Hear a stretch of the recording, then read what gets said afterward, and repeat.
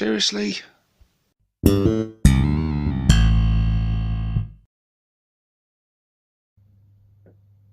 Hey guys, and welcome to another Ork Tactics video with myself, 6+ Stevo. In this one, we continue our look at the Ork vehicles with this, the Mek Gun. Now, the Mek Gun comes in at 55 points, and its stat line is as follows. Movement, 3 inches. Toughness, 5.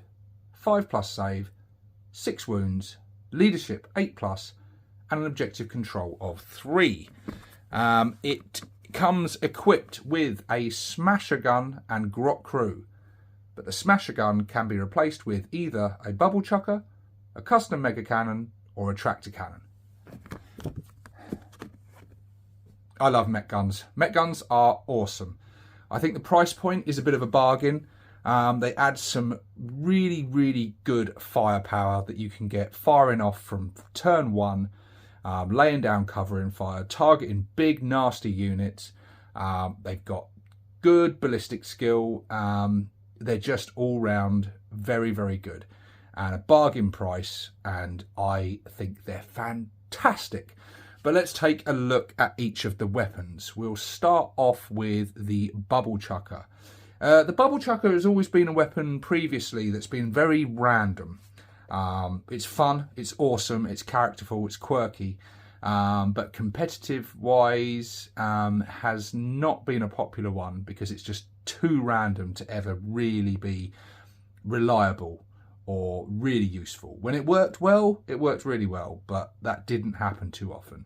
Whereas now, the way it works, it's quite a bit better, because the special rule that it's got, bubble chucker, before selecting targets for this weapon, that's key, before selecting targets. So, yeah, you're going to find out what this thing does before you fire it, so then you can fire it at the unit that it's going to do the most damage against, which is very good. So you roll 1d6 to determine which of its profiles to make attacks with. So on a 1 to 2, you get the big bubble, which has the keywords bubble chucker and blast. Range 48 inches. Now you get 2d6 attacks from this. So this is the big bubble is going to get you the most attacks. Ballistic skill 4+, strength 6, AP -1 with 1 damage. So this is your infantry killer, which is very nice actually. A strength 6, AP -1, good ballistic skill, potentially 12 attacks if you roll that double 6. Yeah, it's nice. A really good infantry killer. If you roll a 3 to 4, you get the wobbly bubble, which also has the blast keyword. Same range, D6 attacks now, so you get half the attacks. Ballistic skill 4+, but you do get strength 9, and AP -2 and 3 damage. So this is a really nice one. Both of these, the big bubble and the wobbly bubble, in fact, all these have the blast keyword, which is really good. So they're all going to be fairly useful against large squads. So I think just having the blast keyword is going to make it useful against infantry, no matter what you roll. Yeah, I think like the wobbly bubble is going to be good against sort of tougher infantry, harder infantry, but also very good against vehicles. That's strength 9, -2 AP, flat 3 damage. It's just putting out some hurt. I think the bubble chucker is vastly improved now. And then you've got, on a 5 to 6, the dense bubble. This only has D3 attacks, so you're only getting 1 to 3 attacks from this. Strength 12 though. Oh, and a lovely -3 AP. And then damage is D6 +3. So 1 potential wound from this could potentially cause up to 9 damage. So yeah, yeah, it's still got that randomness. You don't know what you're going to roll, but at least you get to roll that before you fire it. So I think it's just going to be a really versatile weapon. And although it's going to be a bit random, you're not going to be really punished from that randomness, because you find out before, you know, if you roll a 5 or a 6 and you land that, you're like, right, I'm targeting one of their tanks. Whereas if you roll a 1 to 2, you're not really going to fire that at a tank. you're going to be firing off that against mobs of infantry. It's possible that you might be stuck with one, there's only one unit within range or visible, in which case you just take what you get and go with it. But yeah, none of these profiles are shit. They're all good. They've all got something to offer. So the Bubble Chucker, I think, is really good, actually. And I think from what I've seen on YouTube and battle reports and things, you seem to be seeing a lot more of these on the table now. And I think they're just a fun weapon as well. They look cool. The lore for them is really cool. Yeah, Bubble Chucker is nice. Next up, we've got my favourite, the Custom Mega Cannon. This has the blast keyword and the hazardous keyword. So this is the most risky of all the weapons because it's the only one that can hurt yourself. Now, it does have some drawbacks. It's got the shortest range of any of these guns at 36 inches, which most of the time isn't going to hurt you. If it's the first turn and you're up against armies that like to sit back and let you come to them, then you might not be within range. But for the most part, depending where you've deployed it, if you position these in a good place, then you should be within range of something. It gets D6 attacks, so a nice amount of shots. Strength 12, which is fantastic. AP -2 and D6 damage. So it's not, the profile is not actually as good as the Bubble Chucker Dense Bubble. It's actually got shorter range, it's got less AP, less damage, but it's more consistent. You know what you're getting with the Custom Mega Cannon each time. But you do have to weigh that up against having that hazardous result. So, you know, you are going to be putting some hurt on yourself if you're rolling them ones. But yeah, I really like the Custom Mega Cannon. It's just a good, old, reliable, heavy-hitting weapon. Now you are getting D6 shots rather than D3 like you are with those dense bubbles. So yeah, up to 6 attacks, doing D6 damage each, strength 12. It's a lovely weapon. I really like Custom Mega Cannons. The enemy hate them. They cannot ignore them. Which is really good as well, because it's going to draw fire away from the rest of your army. They cannot be ignored. Then we've got the Smasher Gun, which has the blast keyword. So far, all the weapons have had the blast keyword, which is really nice. The Smasher Gun's got a better range than the Custom Mega Cannon, 48-inch range. Only D3 attacks this time, though. Strength 9. Which is weaker, but it's got a lovely bit of AP -3, and a flat 3 damage. So you're getting really reliable shots from this thing. That AP is really nice. If you come up against really heavily armoured stuff, that's going to be lovely.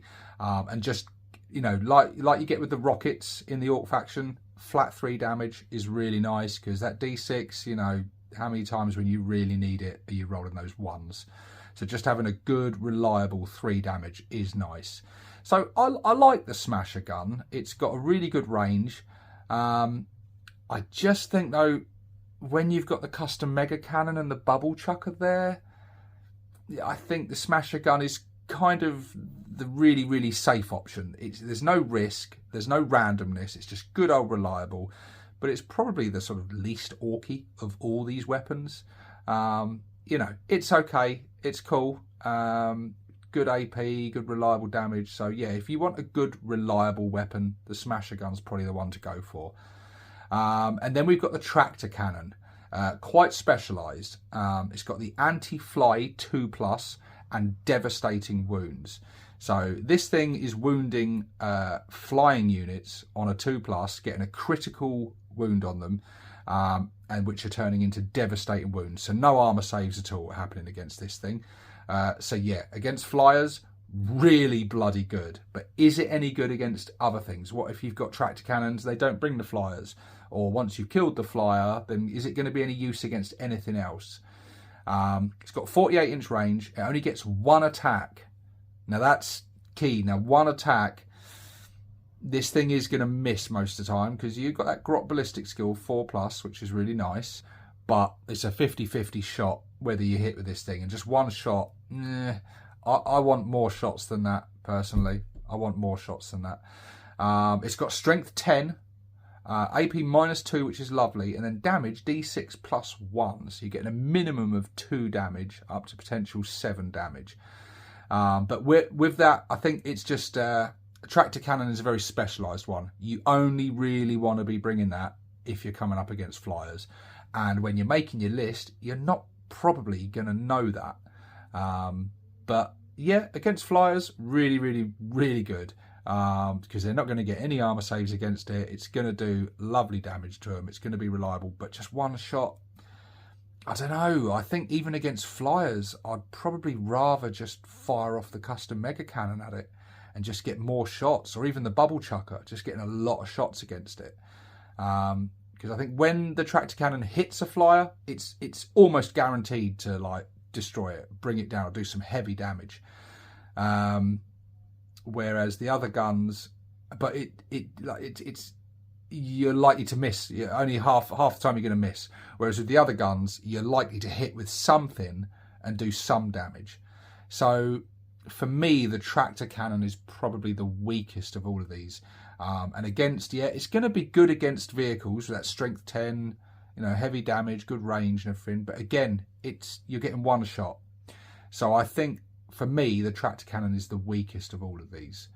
Then we've got the Grot Crew, who are melee, and they have 6 attacks, weapon skill 5+, strength 2, no AP, and 1 damage. So yeah, you you don't want to be getting these things in combat. They probably are going to end up in combat because the enemy's going to try and get in there, close in, tie these things up in combat, and get rid of them because they're going to be annoying as hell. It's got the abilities Splat. Each time a model in this unit makes a ranged attack that targets a unit containing 10 or more models, re-roll hit rolls of 1. So that's nice. So no matter which of these guns you've got, if you're firing against units of 10 or more, you're re-rolling those hit rolls of 1. It's going to make it a lot more reliable. So it's going to be good against mobs of infantry. So that's cool. It's I don't know. It's a strange special rule for it to have. It's a bit meh because most of the time you're not taking Mek Guns with, oh, this is really going to put the hurt on their infantry. You're taking Mek Guns because they're your heavy, hard-hitting weapons that are going to be targeting vehicles, be that tanks or flyers. But it's a nice ability to have if you've got nothing else to shoot at and you're shooting at them large mobs. I mean, it's going to be really nice with that bubble chucker big bubble. If you roll that and then you're shooting into mobs, it's going to be nice. And it also has a 6+ invulnerable save, which is lovely to fall back on. So yeah, Mek Guns, they're good. What would I do with them? Well, I generally sit them back in my board edge. And I like to use them in a way. Because I use custom mega cannons, I tend to set them up quite far forward because I want to make sure they're in range. Or I'll have them aiming so they can see at least a few of the primary objectives to be able to like shoot things off those objectives if they come landed on them. They're also really good for like area denial, to deny deep strikers on your board edge, because you've got to keep an eye out for that. And I also use my Grot units for that, holding rear field objectives. But having the Mek Guns sitting back, because with Orks, most of your stuff usually is just surging forward on the attack. So it's nice to have a few units back to be able to spread out across the board. And if you can set these up in an area that denies a big portion of the board, anyone being able to deep strike in within 9 inches of them, it's really, really helpful defensively. They're great for just laying down fire if there's a particular unit you're scared of, that you want rid of, you want to put the hurt on. These are great because they can be doing that from turn 1.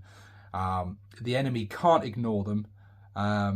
And then they've got a tough choice to make. Do they target those Mek Guns that are putting the hurt on them with those devastating shots, or are they dealing with the onslaught of Orks and other things that are surging towards them?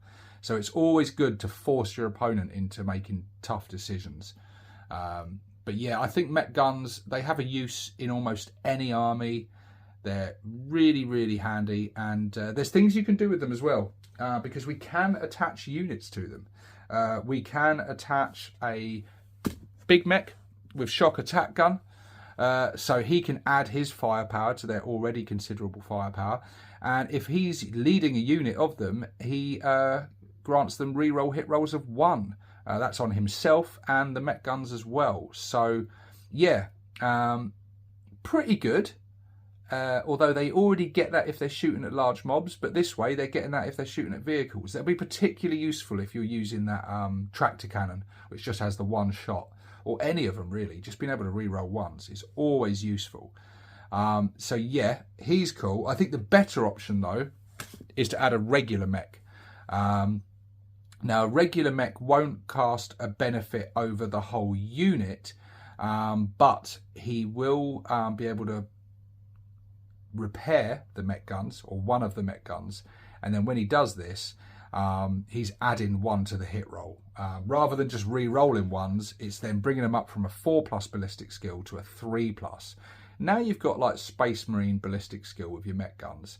And these are big, heavy hitting guns. So being able to hit with them on a 3+, at least with one of your Mek Guns, is very, very nice.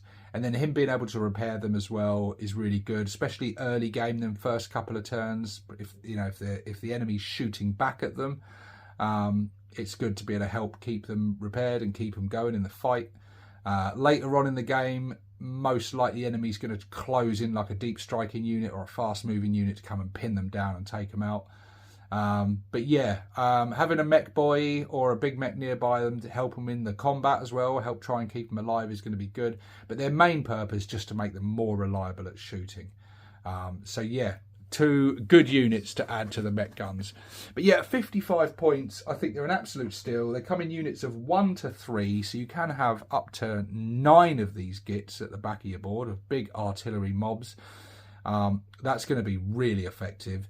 But if you've got a few points knocking about, it's one of them cheap units you can just go, well, can't quite squeeze anything. I'll just throw in 1 Mek Gun. Always useful. Just always useful. I think generally they work better when they're in 2s or 3s, because just the volume of shots you're getting from them, something's going to land, something's going to do something. When you've got 1, it's kind of like it'll whiff it sometimes, and sometimes you'll get lucky. But it's a nice little thing to have in your back pocket at the back of your board, just firing off some nasty shots. And I think 55 points is a bit of a bargain. But what do you guys think? Which of the 4 weapons is your favourite? Is it the bubble chucker? Is it the custom mega cannon, the smasher gun, or the tractor cannon? And how do you use yours? I think most people will just say sit them at the back of the board and fire away, but perhaps you've come up with some interesting, cunning tactic to use these things. And do you attach mechs or big mechs to your units of Mek Guns? Let me know in the comment section below. So we've pretty much exhausted the vehicles, at least the land-based vehicles. So on the next one, where are we going next? Well, we're going to start tackling the flyers. So join me next time, guys, as we look at this, the Dakka Jet. See you then, guys. This is 6+ Stevo, signing out.